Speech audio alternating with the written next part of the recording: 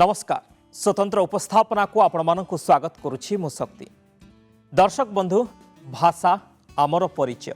भाषा कहिले आमे ताहा ही बुझु जहा द्वारा निज भावना को प्रकाश करी हुए अन्य पाखरे निज कथा को पहुंचाई हुए। पुणी एही भाषा केते प्रकार स्थान काल विशेष को नहीं एहार नाम भी अलग अलग जेमिति कि राष्ट्रभाषा, मातृभाषा, आंचलिक भाषा और देशिया भाषा। आम राज्यर मातृभाषा ओडिया। ओडिया भाषा को नहीं गठित होईछि आम राज्य नाम रही ओडिशा। तेबे ओडिया भाषार इतिहास बहु पुराना।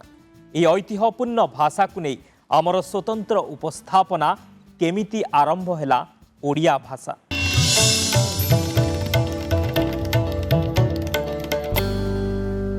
मोटामोटी भारतीय भाषा को दुई भाग में विभक्त करा जाइछि।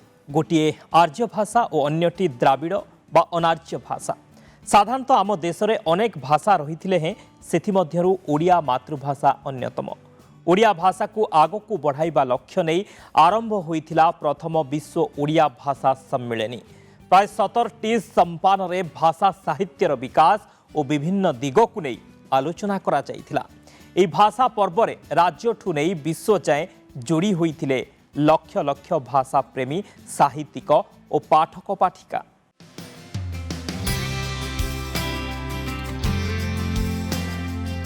मातृभाषा माँ परी स्वभाव कवि गंगाधरଙ୍କ भाषारे मातृभूमि मातृभाषा रे ममता जार हृदय जनमी नाही तांकु जदि ज्ञानी गणरे गणिबा अज्ञान रहिबे काहे।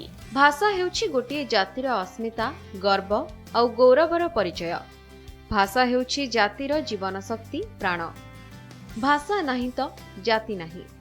ऐतिह्य और संस्कृतिर मेरुदंड हेउछि भाषा। सेथिपाई प्रथम विश्व ओडिया भाषा सम्मेलन रे लेखा जाइतिला भाषा अतीतर अस्तित्व, भाषा ही जातिर भविष्यत, जहा समस्तंकु आकर्षित करिछि।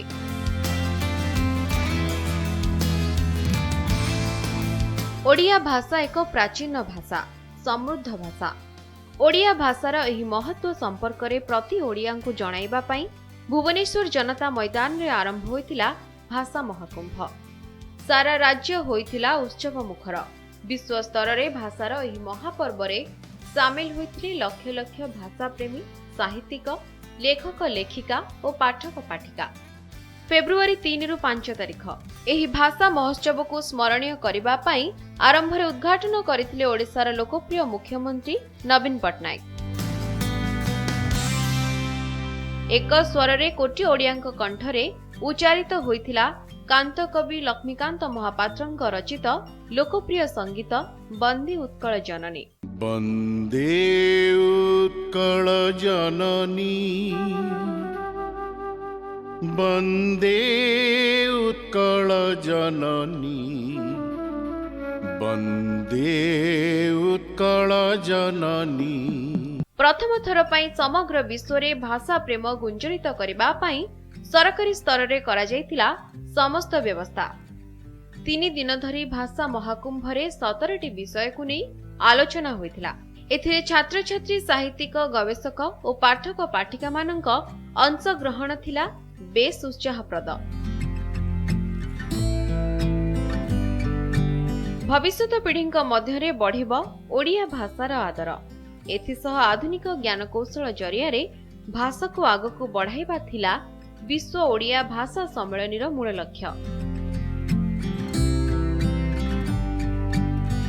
भाषार प्रचार प्रसार और संरक्षण थिला सम्मेलन प्रथम उद्देश्य और प्राथमिकता। किपरि ओडिया भाषा सह समस्ते जोड़ी हेबे, पुणी निजर गौरवमय अतीत मातृभाषा को नहीं विश्व भाषा सह संपर्क स्थापन करिबे, एहाकु ध्यान रखी प्रतिटी कार्य को व्यवस्थित ढंगरे संपन्न करा जायतिला। सम्मेलन को नहीं पुरपल्ली विदेश रे थिबा प्रवासी ओडिया माने जोड़ी होइथिले। विशिष्ट भाषाविद पद्मश्री देवी प्रसन्न पट्टनायक को मिलिथिला प्रथम ओडिया भाषा सम्मान। भाषा सम्मेलन अवसर रे संग्रहालय को बुली देखिथिले छात्र छात्री और भाषा प्रेमी।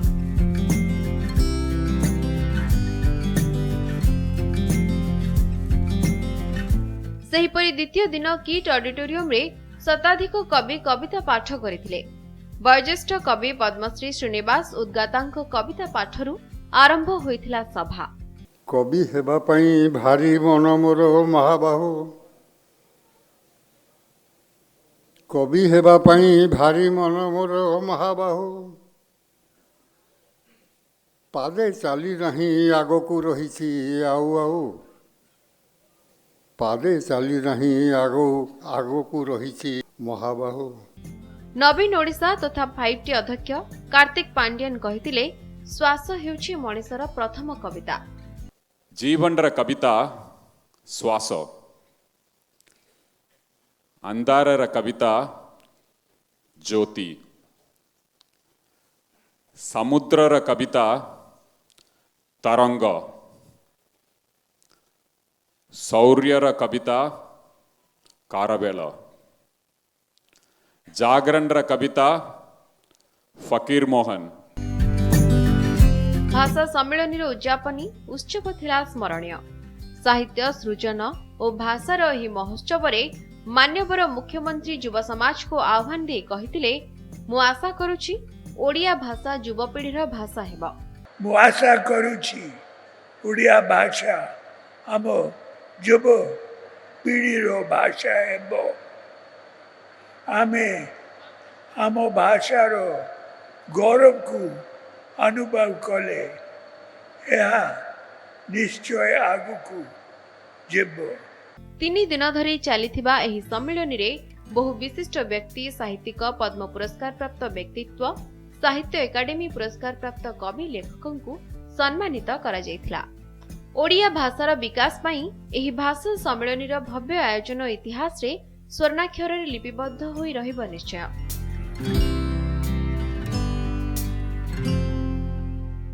बहु जन ऐतिहासिक साहित्यविद भाषाविद भारतर बहु प्रांतरू आसीथिले। सेमाने सेही संबंधरे कहिथिले तो प्रथमे मते सेमानकठु जानिबा पई बहुत सुजोग मिलिथिला। देशर विभिन्न प्रांतरू तथा विदेशरू एते जण ज्ञानी गुणीको मध्यरे ओडिशा संबंधरे जदि मते समस्तक सामने जो कहिबाको राज्य सरकार सुजोग देचंती सेथिबाई मु निजे को बहुत धन्य माने करूछि और राज्य सरकार को बहुत बहुत धन्यवाद। ओडिया भाषा शास्त्रीय भाषा, एही भाषार रहिछि प्राचीनता। मनरे स्वतः प्रश्न आसे एही भाषा प्रथमे किपरि आरंभ हैला, केमिति रूप नेला एहार लिपि, पुणी अक्षर को नहीं सृष्टि हैला शब्द ब्रह्म। एही सबु कथा जानिबाकू समस्तंकर थाए उत्कंठा। भाषाविद मानक मतरे ओडिया भाषा हेउछि इंडो आर्य भाषा। ओडिया भाषार माँ भाषा संस्कृत, पुणी संस्कृत थिला आर्य मानकर भाषा। तेबे किपरि आरंभ हैला एही ओडिया भाषा जानिबा से विषय रे।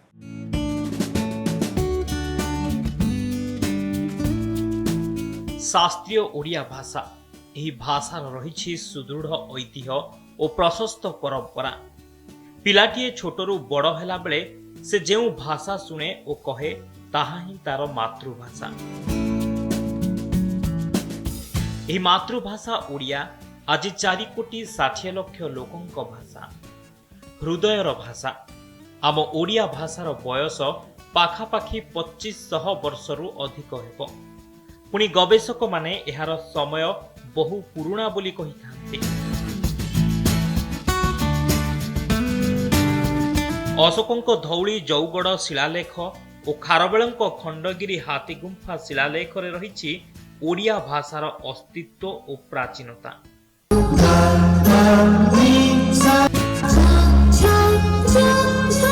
ओडिया भाषा किपरि आरंभ हैला, केमिति रूप नेला एहार लिपि, अक्षर को नहीं सृष्टि हैला शब्द ब्रह्म।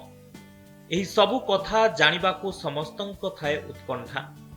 भाषाविद मानक मतरे ओडिया भाषा हेउछि इंडो आर्य भाषा। ओडिया भाषार माँ भाषा संस्कृत, संस्कृत थिला आर्य मानकर भाषा। इतिहास कहे भारत रे प्रथमे द्राविड़ माने बास करुथिले। ख्रीष्टपूर्व 1500 रे पश्चिम दिग देई आर्य माने भारत को आसीथिले। आर्य अनार्य संस्कृति भितरे हेला संघर्ष, फलरे आर्य माने विजयी हेले आउ अनार्य माने दक्षिण को चली आसिले।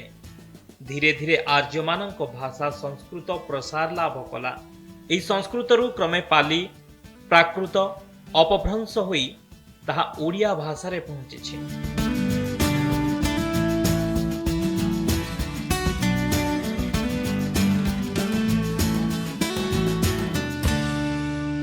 आचार्य भरतमुनि नाट्यशास्त्र रे एही अपभ्रंश ओडियार नाम ओड्री विभाषा लेखा अछि। ओडिया भाषार नाम उड्र देश अनुसार होइछि। पुणी उड्र हेउछि ओडिशार पूर्व नाम।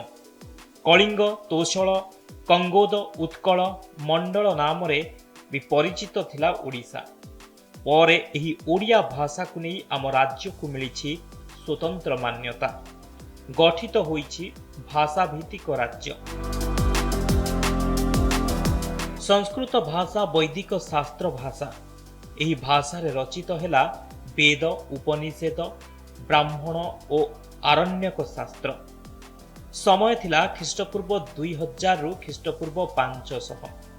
पर ख्रीष्टपूर्व 500 रु ख्रीष्टपूर्व 100 मध्य संस्कृत रु पाली भाषार सृष्टि हेला, जहाँकि अशोकଙ୍କ अनुशासन रे देखिबाकू मिले। सेहिपरि ख्रीष्टपूर्व 500 रु ख्रीष्टपूर्व 100 मध्य पालीरु प्राकृत भाषा और प्राकृतरु अपभ्रंश भाषा प्रचलन होइथिला। गवेषकଙ୍କ मतरे प्रथम करी ओडिया भाषा रे रचित होइथिला चर्या गीतिका। सप्तम अष्टम शताब्दी रे रचित चर्या गीतिकार भाषा थिला सांध्य भाषा। एथिरे रहिछि 50टी कविता। 84 जन तीर्थंकर जेमिति कि कान्हुपा, लुईपा, सबरीपा आदि कविता आकार रे लिखिथिले। एथिरे लिखित बहु शब्द आम ओडिया भाषा रे प्रचलित। तेणु एहा जे ओडिया भाषार आदि उच्च एकथा निसंदेह रे कहा जाई पारे। एथिरे कपासु, गिबत, जोन्हा, मोरंगी, हांडी, पाकेला आदि बहु ओडिया शब्द उल्लेख अछि। सेथिरे लेखा अछि उंचा उंचा पावच तही बसई सबरी बाली, मोरंगी पीछ परहिता गिबत गुंजरी माला।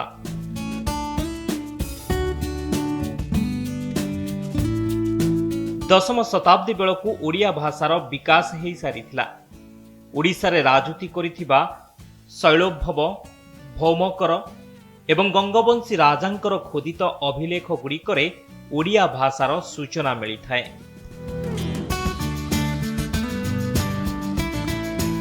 ओडिया भाषा प्राचीन भाषा। ख्रीष्टपूर्व 5म शताब्दी रे भरत मुनि जे कि नाट्यशास्त्र लिखिथिले से उल्लेख करथिले जे गोटे भाषा हेउछि जो भाषा को आमे कहबा प्राकृत बा प्राकृत पूर्व भाषा। से नाटकर चरित्र माने से भाषा कहउथिले। उड्रजा प्राकृत बोलिकिरे तार नाम। ता परठारु आमे देखुछु अशोकଙ୍କ शिलालेख एवं खारबेलଙ୍କ शिलालेख ये सबुथिरे ओडिया भाषा संपर्क रे किछि किछि सूचना अछि। किंतु से सब सूचना पाली और प्राकृत माध्यम रे से गुड़िकर किछि किछि संकेत आमे देखिया को पाउछु। वास्तव विश्व रे जतोटी आंचलिक भाषा अछि प्राय 1500 भाषा विश्व रे आंचलिक भाषा भाव रे अंततः जो परिचिति भाषा से भाषा भितर ओडिया भाषा एक स्वतंत्र एवं अभिनव। कहीं अभिनव ना आम षष्ठ भाषा भाव में शास्त्रीय मान्यता पाइचे एवं ये प्रमाणित होती जे 2000 वर्ष पूर्व आम साहित्य संस्कृति समृद्ध थिला। आदिकवि सारला दासंकर आविर्भाव एवं सारला दासंकर साहित्य कृति कि आम गर्व करूँ। से भाव में पंचशखा आसिले। पंचशखा पर साहित्यर आम आधुनिक साहित्य पर्यंत आम परिव्याप्त करें। आम प्राचीन साहित्य को लेकिन आम जमी गर्व करुचे आधुनिक साहित्य को लेकिन आम से भी गर्व करुचे। आम दुईटी ग्रंथ को लेकिन ओडिया माने गर्व करवा उचित। सारला दासंकर सारला महाभारत एवं ओडिया भागवत। जगन्नाथ दास ओडिया भागवत को लेकिन आम यही गर्व करवा कथा जे ओडिया भागवत आम भाषा चातुर्य एमती सब ये ना कि भाषा वर्णित ही ना। से भाव में आम भाषा सांप्रतिक समय भाषा प्रति अत्यधिक दृष्टि दि जाए। आम समस्त गर्व करवा कथा। गोटे जातिर परिचय तार भाषा साहित्य आउ संस्कृति। जार भाषा साहित्य जेते उन्नत आउ संस्कृति सेते महान। जो भाषा जो समय रे आसीछि तार ग्रहणीयता भल पाइबा सेते बढ़ी। ओडिया भाषा बहु कठिन समय को मध्य अतिक्रम करिछि आउ शेषरे एक विकसित समृद्ध भाषा हेबार परिचय सृष्टि करिछि। ए संपर्क रे आहुरी अनेक किछि जानिबा, किंतु एई छोट विरति परे।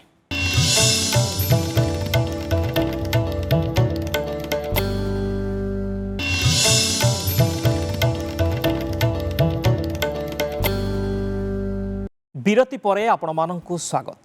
ভাষা স্রোতস্বিনী समय सुअरे भाषा नदीटी एपरी बहुए केते परिवर्तन को सामना करी बहु शब्द आसी भाषा सहित जोड़ी हुए शब्द अर्थ को नहीं भाषा समृद्ध हुए नुआ नुआ सर्जना हुए धीरे धीरे भाषा आग को बढ़े कोटि मुकरे शोभा पाउथिबा भाषा साहित्य विश्व स्तर रे जाई पहुँचे एथिसह कोटि कोटि लोक भाषा सह जोड़ी हुअन्ति भाषा समस्तंकु एकाठी करिबा सह माटी जाति प्रति देश प्रेम भावना सृष्टि करे ओडिया मातृभाषा पाई ठीक एमिति एक अनुकूल समय थिला पंचदश शताब्दी माटीर महाकवि सारला दास ठारू आरंभ होइथिला भाषार जय यात्रा।